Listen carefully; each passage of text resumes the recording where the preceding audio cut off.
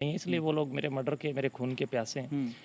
तो उन लोगों ने रास्ते में घात लगा करके बैठे हुए थे, लेकिन परमपिता परमेश्वर ईश्वर जगदीश्वर की कृपा से अचानक हम लोगों ने राह में आकर के अपना मार्ग दूसरा प्रशस्त कर दिया। जिस रास्ते से हमें आना था हम उस रास्ते से ना आकर के किसी अन्य रास्ते से आ गए।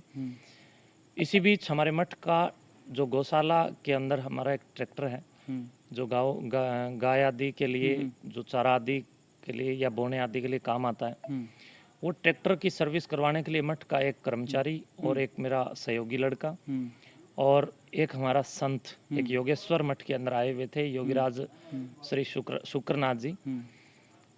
वो जब लड़के या ढोंगी पाखंडी और कोई पूछा के नाम पर, कोई धर्म के नाम पर, कोई देवताओं के नाम पर और कोई नशाखोरी के नाम पर अगर आपके बच्चों को संकीर्ण मानसिकताओं के अंतर्गत स्थापित करने का कार्य कर रहा है, ऐसे ढोंगी और पाखंडियों के खिलाफ, नशेड़ियों के खिलाफ, नशाखोरों के खिलाफ, नशा संवर्धकों के खिलाफ उठ करके कानून की प्रक्रिया और कानूनन कार्रवाई आप लोग करें और आपके बच्चों को वेद उपनिषद दर्शन। मेरे साथ ये हादसे कोई नए नहीं है, मुझे अब इन हादसों की आदत हो चुकी है और उन लोगों के लिए नए हैं जो लोग नई शुरुआत हमारे साथ पंगे लेकर के करते हैं। अच्छा जी। तो मैं आप सभी दर्शकों को बता देना चाहता हूं कि इन हादसों और हमलों से हमें कोई फर्क नहीं पड़ता है। पिछले दिनों की ये घटना है कि हम लोग हाईकोर्ट चंडीगढ़ गए हुए थे और किसी ने इस बात की। सभी को नमस्कार भाई। फिलहाल अभी पहुंचे हैं भाई कोतकला हिसार के गांव में भाई, और जो योगी जी के साथ एक मैटर हुआ है आपने देखा, बहुत वायरल हो रहा है, तो योगी जी से बात करेंगे वो क्या मैटर है, किसके साथ है, क्यों क्या सिस्टम, पूरी जांच काटेंगे। नमस्कार ईश्वर से पहले तो। नमस्कार आप जांच अधिकारियों को नमस्कार बहुत बहुत। तो जो आपके साथ हुआ जी एक बार वो बताइए, एक बहुत वायरल चल रही वीडियो आपकी। आप सभी यूट्यूब चैनल के जितने भी ओनर आप लोग मठ में आए, आपकी टीम आई, आपको बहुत बहुत स्वागत करता हूँ, अभिनंदन करता हूँ। बिल्कुल। मेरे साथ ये हादसे कोई नए नहीं है, मुझे अब इन हादसों की आदत हो चुकी है और उन लोगों के लिए नए हैं जो लोग नई शुरुआत हमारे साथ पंगे लेकर के करते हैं। अच्छा जी। तो मैं आप सभी दर्शकों को बता देना चाहता हूं कि इन हादसों और हमलों से हमें कोई फर्क नहीं पड़ता है। पिछले दिनों की ये घटना है कि हम लोग हाईकोर्ट चंडीगढ़ गए हुए थे और किसी ने इस बात की ढोंगी पाखंडी और कोई पूछा के नाम पर, कोई धर्म के नाम पर, कोई देवताओं के नाम पर और कोई नशाखोरी के नाम पर अगर आपके बच्चों को संकीर्ण मानसिकताओं के अंतर्गत स्थापित करने का कार्य कर रहा है, ऐसे ढोंगी और पाखंडियों के खिलाफ, नशेड़ियों के खिलाफ, नशाखोरों के खिलाफ, नशा संवर्धकों के खिलाफ उठ करके कानून की प्रक्रिया और कानूनन कार्रवाई आप लोग करें और आपके बच्चों को वेद उपनिषद दर्शन सूचना कुछ अराजक तत्वों को दी। आज पुलिस ने भी इसकी रिपोर्ट जांच की है, तो पुलिस की रिपोर्ट में भी कुछ ऐसी बातें आई हैं जो मैं अभी गुप्त रखना चाहूँगा, लेकिन जो बातें सामने आई है वो चौंकाने वाली बातें हैं और इसी के अंतर्गत वो लोग मेरे खून के प्यासे बने हैं। हरियाणा के अंदर नशा माफिया गैंग अलर्ट है।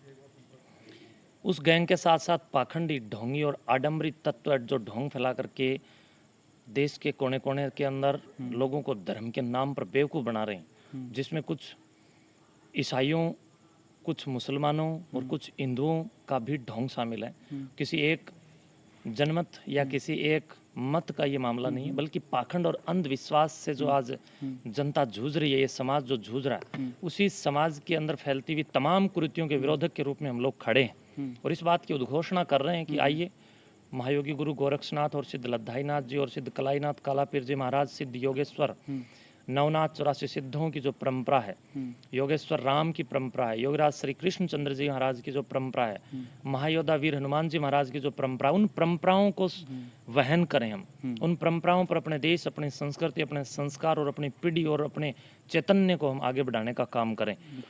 लेकिन जो खपीटर टाइप के लोग हैं जो कि समाज का शोषण कर रहे हैं धर्म की आड़ में और जो नशा फैला करके अपने व्यवसाय चला रहे हैं, उन लोगों को कहीं ना कहीं मेरा ये सुपाच्य ज्ञान पसंद नहीं। यहाँ से ट्रैक्टर की सर्विस आदि करवाने के लिए बाजार के लिए जाने लगे। तदुपरांत जब संत जी ने देखा तो संत जी ने कहा कि मैं भी साथ चलूँगा, तो हमारा योगेश्वर भी ट्रैक्टर के ऊपर बैठ गया और वहाँ उचाना से वापस लौटते समय जो मेरे को मारने का प्लान जो कर रहे थे, उन लोगों को मैं तो मिला नहीं। उन लोगों ने मेरे को समझ करके हमारे उस साधु को ट्रैक्टर के ऊपर घेर करके मारा और रास्ते के अंदर ट्रैक्टर उन लोगों की वजह से पलटा और जिसमें वो साधु ट्रैक्टर के नीचे, उसके पैर छतरी के नीचे दब गए थे। अच्छा जी। दबे हुए साधु को भी उन समाज द्रोहियों ने कहीं ना कहीं सर के ऊपर जो दांत होता है वो और लठ डंडों से वार करते हुए घायल करने का काम किया, सर फाड़ने का काम किया। और कुछ राहगीरों ने जब उनके ये कांड होता देखा तो रुक करके उनकी जान बचाई और एक दोषी को, एक मुजरिम को, एक अपराधी को, एक उस दुष्टता करने वाले दुष्ट को पकड़ करके पुलिस के हवाले किया। पुलिस को बुलाया, एम्बुलेंस को बुलाया और ये घटना घटी। अच्छा जी, तो एक बात और भी, दो जो वे मसला करने वाले थे वे गांव के थे या बाहर के थे, कहाँ के थे जी? देखिए, आतंकी और अपराधी का कोई धर्म और गांव नहीं होता। आतंकी और अपराधी अपराधी हैं और आतंकी हैं। इसके अंदर एक नरवाना का, एक उचाना का और अलग अलग गांवों के हैं ये लोग। एक हमारे उचाना, हमारी नारनौल तहसील का भी है। तो उसके अंदर अभी जांच चल रही है। मैं स्पष्ट तौर पर यह कहूँगा कि पुलिस की जांच सामने आए, प्रशासन की जांच सामने आए। सामने आने के बाद मैं आपको इसके बारे में पूर्णतया बता पाऊंगा। अच्छा जी, तो आज पुलिस प्रशासन ने भी जी अपना इतनी सिक्योरिटी लेनी पड़ी जी। और देखिए, दूसरी बात ऐसा है, पुलिस सिक्योरिटी की जहाँ तक बात है, मैं इस भारत का नागरिक भी हूँ। सन्यासी होने के नाते, सन्यासी होने से पहले भारतीय संविधान के ऊपर मेरा कहीं ना कहीं एक अधिकार भी है कि मैं अपने संविधान के परिप्रेक्ष्य में, संविधान के परिप्रेक्ष्य में मैं अपना जीवन यापन करूं। और संविधान के नाते मैं भारत का नागरिक हूं और भारत के नागरिक होने के नाते सरकार की, शासन और प्रशासन दोनों की, प्रत्येक नागरिक को सुरक्षा देने की जिम्मेवारी सरकार की है।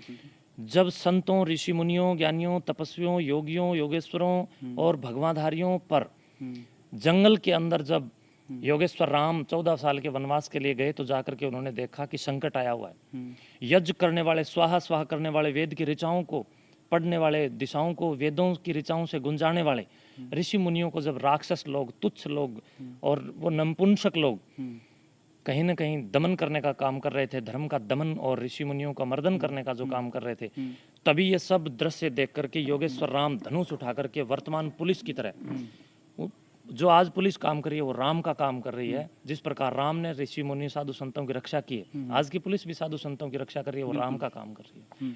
पुलिस प्रोटेक्शन मैं समझता हूँ कि कोई अपराध नहीं है, ये जनरक्षक लोग हैं, इनका भी सम्मान होना चाहिए।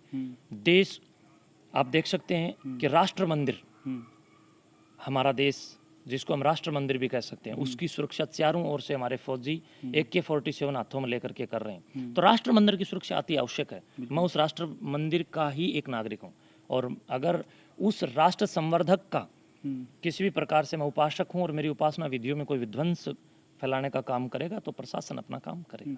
तो कुछ वे उनमें अरेस्ट हुए हैं जो आपके साथ की ऐसी हरकत?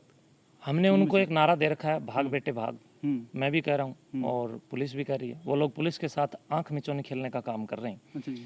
वो लोग बहुत दूर दूर तक छुपे हुए हैं, पुलिस उनके पीछे पड़ी हुई है। एक व्यक्ति उनमें से पकड़ा गया, उसी से पूछताछ अभी जारी है और बहुत जल्द अन्य आरोपियों की भी गिरफ्तारी होगी। मुझे प्रशासन पर पूरा भरोसा है, कानून पर भरोसा है।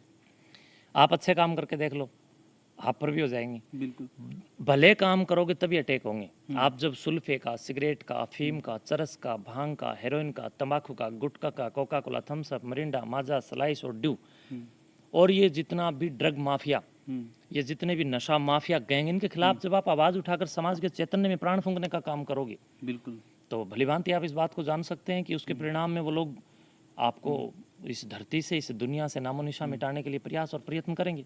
तो उन लोगों ने किया है और पहले हुआ है, एक बार नहीं कई बार अटैक हुए। एक बात और भी जी, अच्छी बात 2 कोस पे और बुरी बात 100 कोस पे। यही बात है भाई, जो महाराज जी बताने लग रहे हैं, जो नशा के खिलाफ है बिल्कुल बंद करवाना चाहिए, लेकिन ये जो हरकत करने लग रहे हैं तो अब फिलहाल उन पे कोई डिसीजन क्या रहा जी लास्ट में, बताओ हमारे दोस्त को। अभी पुलिस जांच चल रही है, डिसीजन बहुत जल्दी आएगा और वो डिसीजन भी सार्वजनिक किया जाएगा। अच्छा जी, तो टाइम थोड़ा बहुत ज़्यादा हुआ जी, आपने भी जाना, तो हमारे दोस्त को एक बार लास्ट में क्या कहना चाहोगे? प्रिय दर्शकों, आप सभी जो मुझे अपने चलभाष यंत्र की स्क्रीन पर देख रहे हैं, आप सभी से मैं मेरी तरफ से एक संदेश ही नहीं बल्कि एक अनुमोदन, एक निवेदन, एक अपील, एक प्रार्थना करूंगा कि आप और आपके आसपास कोई भी असामाजिक गतिविधि को जन्म देने वाला व्याकरण पढ़ाएं। जब आपके बच्चे इस व्याकरणिक दिशा निर्देशों पर दर्शनीय और दार्शनिक और दर्शन की विधा पर चलेंगे, तब मैं समझता हूं कि हर घर से राम और सीता और कृष्ण निकलने पर भगत सिंह और त्यात्या टोपे, महाराणा प्रताप, राणा सांगा, राणा कुंभा जैसे लोग निकल सकते हैं। वरना हमारे बच्चों को ये लोग अपराधी बनाएंगे। नित्य प्रति जो न्यूज़पेपर, अखबारों के अंदर हम लोग खबर पढ़ रहे हैं, कहीं ATM का चोरी हो जाना, कहीं किसी 5 साल के बच्चे के साथ बलात्कार हो जाना, 3 साल की बच्ची के साथ बलात्कार हो जाना, ये सब अपराध हैं। इन अपराधों के खिलाफ बहुत जबरदस्त कठोर कानूनी धाराएं बनी हुई हैं, लेकिन जागरूकता न होने के कारण ना चोरी रुकी, ना ठगी लूटी, ना बलात्कार रुका। तो ये जितनी भी कुरीतियां ये जागरूकता से रुकती हैं। हम सबको चाहिए कि हम सब समाज के प्रहरी, हम सब समाज के जागरूक लोग आसपास में अपनी औकातानुसार, अपने सामर्थ्यानुसार लोगों को, जनता को, अपने घर को, परिवार को, गांव को, मोहल्ले को, जिले को, राज्य को और देश को उन्नत प्रासंगिक रूप से भी करने का बीड़ा उठाएं। स्वयं जागकर औरों को जागृत करें।